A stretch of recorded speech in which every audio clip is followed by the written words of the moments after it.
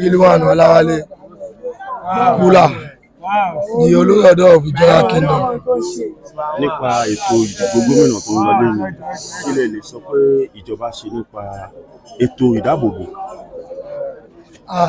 Lórí ọ̀rọ̀ ètò ìdìbò tó ń lọ lọ́wọ́ yìí, a dúpẹ́ fọ́lọ́run because anybody bá wo gbogbo inú ìlú orílẹ̀ Ìjọra yìí, ẹ máa rí pé ìdùnnú àtayọ̀ lẹ́nibọ̀dì fi ń dìbò nítorí pé kí ni kò sí anybody tó ronú dìbò yìí.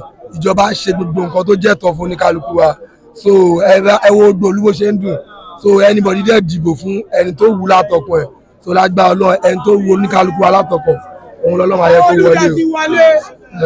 Awuyewuye lóríṣiríṣi là ń gbọ́ lọ́tún lósì láti orí ayélujára pé àwọn elédè kejì pé tó máa jáde nílùú Ìjọra pé Yorùbá ò ní jẹ́ kán dìbò.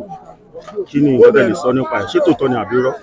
Ẹ̀yin oníwèé ìròyìn wá rí báyìí náà ẹ̀dẹ̀ rí bó ṣe ń lọ, so òun ní pé àtẹlédè kejì, so eléko ní làjúlẹ̀ kan gba ìlú ẹ̀ mọ́ lọ́wọ́. Èkó dẹ̀ lèkó ń jẹ́, so Èkó la wà, Èkó ló ń perí, so eléko dẹ̀ ló ní ìbò. So èmi tí mo máa ń sọ̀rọ̀ yìí APC lèmi o, mo dẹ̀ dìbò mi fún Sanwó-Olú, so mo dẹ̀ pé gbogbo àwọn tó jẹ́ ọ̀dọ́ bíi tèmi nínú ìlú Ìjọra tàwa yìí APC ni gbogbo wa dẹ̀ dìbò fún Sanwó-Olú, so lágbára Ọlọ́run a máa gbọ́ ìró ayọ̀, so inú ìlú eré yìí a máa dúpẹ́ fọ́lọ́run lórí Sanwó-Olú. Orúkọ yín lẹ́ẹ̀kan sí? Orúkọ mi lẹ́ẹ̀kan sí ni Alhaji Rilwan Ọláwálé aka Kúlà di olórí ọ̀dọ́ Ìjọra Kingdom. Ṣé tí èsì ìdìbò tó bá jáde nígbà tó bá bá sí nípa èsì ìdìbò, ṣé ó máa tẹ́yín lọ́rùn nǹkan tí ẹ bá bá ní èsì ìdìbò náà pẹ̀lú ìbò tí àwọn ará Ìjọra? Lágbára Ọlọ́run ẹni tí ẹ bá rí tó nà ládùúgbò ẹ ẹni yóò dá ládùúgbò ẹ ni, so àdúgbò títí wa yìí ní ìwọ̀nba à ń tẹ́ àwọn ará àdúgbò wa lọ́wọ́ níwọ̀nba tá a ṣe rí, so a dẹ̀ believe pé tó bá máa tẹ́ wa lọ́wọ́ náà ló máa jáde. Orúkọ yín lẹ́ẹ̀kan sí? Orúkọ mi lẹ́ẹ̀kan sí Alhaji Rilwan Ọláwálé aka Kúlà olórí ọ̀dọ́ Ìjọra Kingdom. Orúkọ yín?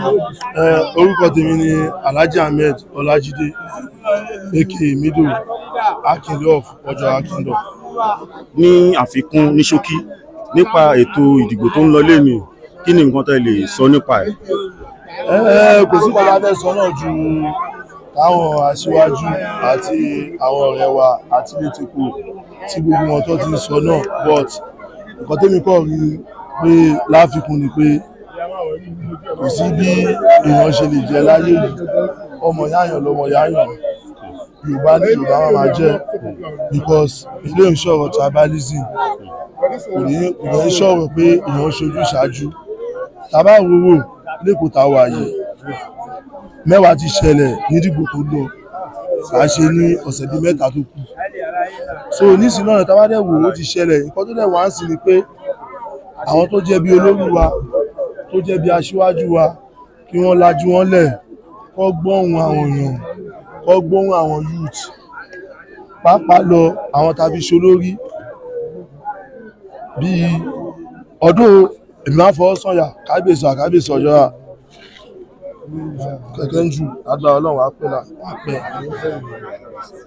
wọ́n àbá lọ́wọ́ wọn, bọ̀ ó kù sáwọn ọba tó kù lọ́wọ́, àwọn aṣíwájú tó kù lọ́wọ́, ó jẹ́ ọmọ ìyá ẹ̀, ó jẹ́ wọ́n náírà lónìí tó lòun fẹ́ kọ̀ báyìí fún báwo pé ó yọ owó ó lọ wọ pé ilé ní 100 naira tí ò ń ṣe ilé díẹ̀ ó gbà lọ́wọ́ ilé ìṣọ̀rọ̀ tribalism ilẹ̀ Yorùbá lọ́pọ̀ bíbà, so lágbà ọlọ́dẹ̀ rí ibi tá a fẹ́ orí náà ló máa jẹ́ Sanwó-Olú àti gbogbo APC ó kú candidate APC tó kù. Lẹ́ẹ̀kan sí, kí ni àmọ̀ràn yín fún àwọn ọ̀dọ́ tó yẹ pé inú ilé náà wà, orí ẹ̀rọ ayélujára náà ti ń pariwo ìbò, wọn ò dẹ̀ jáde wá dìbò, kí ni àmọ̀ràn yín fún wọn?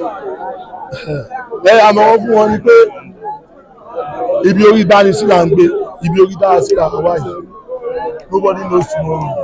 Ó lè jẹ́ wọn ló kàn, ó lè jẹ́ wọn ló kàn lọ́la, tó bá kún ẹ lọ́la táwọn èèyàn bá rí ẹ lọ máa jáde tọ́ fún ẹ, bọ̀gbọ́n tó bá bìlìfù pé ó wà lé everybody bá ti ṣe everybody máa gbà, so máa kan lóye, kò sẹ́ni tó mọ̀ la tó bá jáde lẹ́nu tó bá rí ẹ àwọn náà máa jáde fún ẹ lọ́la so tó bá bìlìfù pé ẹ wà lọ́dọ̀ mú fún ẹ nǹkan tí ó tọ̀ tó o bá rí ẹ wọ́n rí ẹ o nǹkan tó bá ṣe ló máa gbà mákàmákàn lóye ń kọ́. orúkọ yín lẹ́ẹ̀kan sí. orúkọ tèmi ní Alhaji Ahmed Ọlájídé aka Mido Akinlu of Ìjọra Kingdom.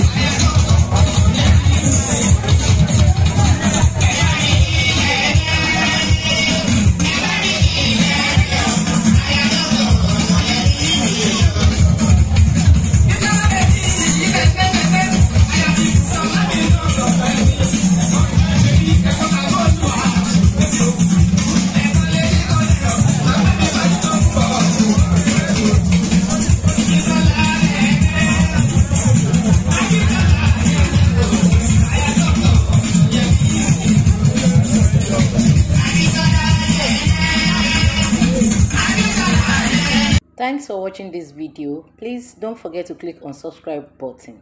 Kindly comment and share. We drop new videos daily. Thank you. God bless you.